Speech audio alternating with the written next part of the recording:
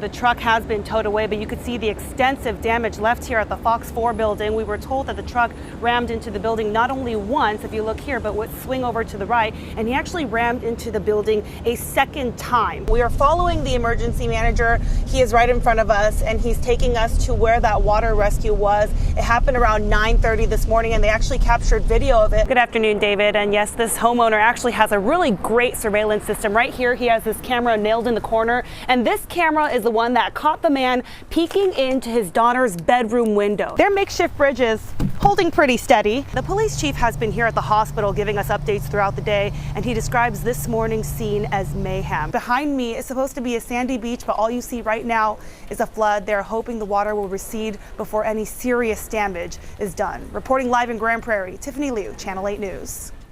Even when you arm your house with security cameras, it takes you by surprise when you see someone breaking into your home. November 18th, this was the first time the suspect came by, wrapped in a blanket, but his face was so clear.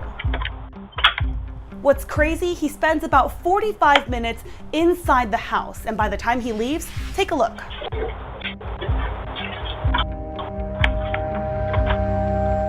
It is already bright outside. Get a good look at this man's face. He takes off with a bicycle and a backpack full of stolen items. The family was out of town that morning, but less than 10 days later, November 26th, he strikes again.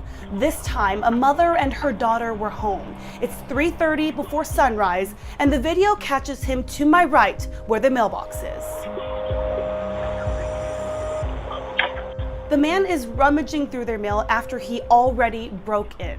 What isn't caught on camera, I'm told the man was inside the daughter's bedroom and that she was too afraid to scream.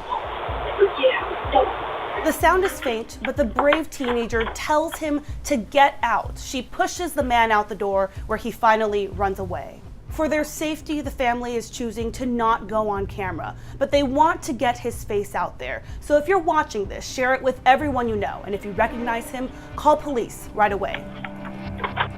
In Dallas, Tiffany Liou, Channel 8 News.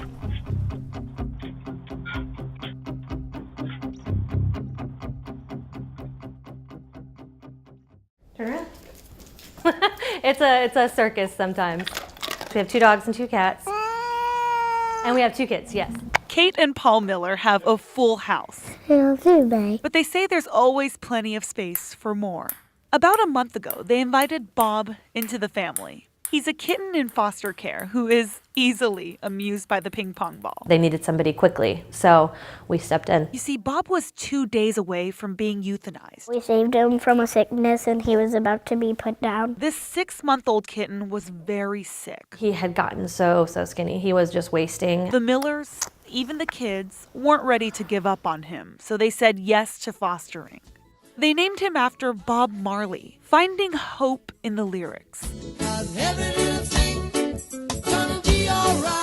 That he would be all right. Hi, baby. Bob got the treatment he needed. Cute little amputated tail. And gained back his weight. Thanks to his fosters, he's healthy and now ready to find a forever home. Just warm, cuddly love bug. For this family, it's worth it. Even their 7-year-old Georgette knows how fostering can change a life. They don't get put down because animals are the best things that God made ever. What's even more amazing? Yeah, we've fostered Red, Deuce. They've fostered 23 dogs and cats. Oh, Pixel, Swatch, and Doodle. And found all of them an adoptive family. Tonk, Grizz, Panda. It brings so much to our life because our kids are learning in a very small way how to love something that is not theirs and that they know is going to leave.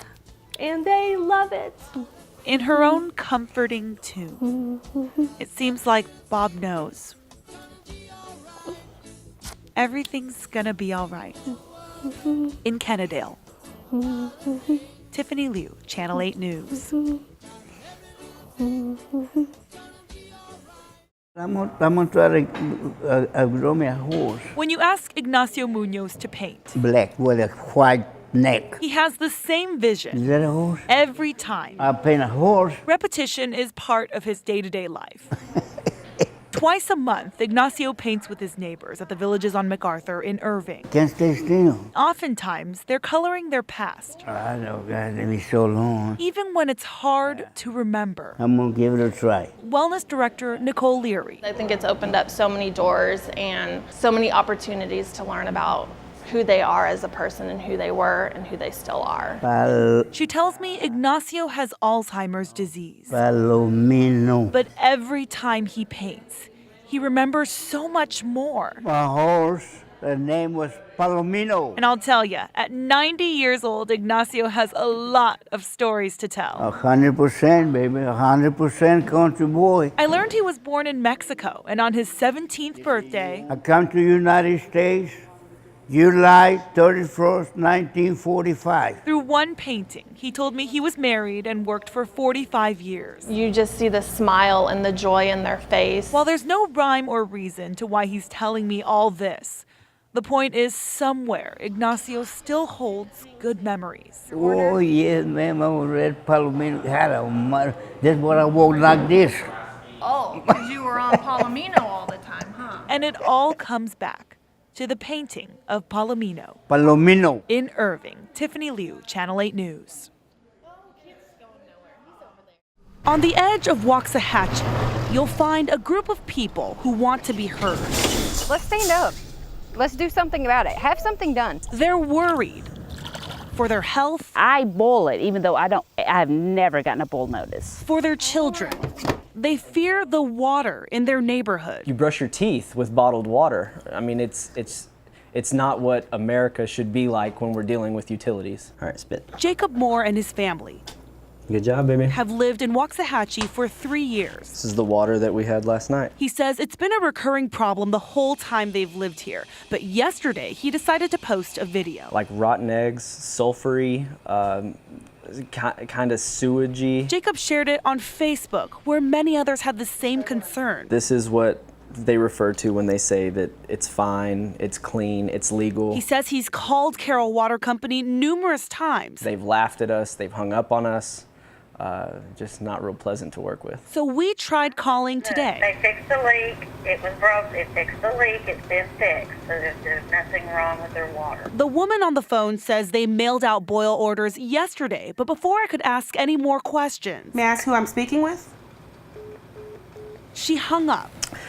So fixing one leak is great in a timely manner, but this happens weekly. We checked the water this afternoon. At first, it's cloudy, There are actual fumes coming off the top of this water, and it eventually clears up. like chlorine, and you can see the film of it coming on the top of the glass. But neighbors say this is temporary and still not safe. For now, only trusting bottled water as they demand a long-term fix.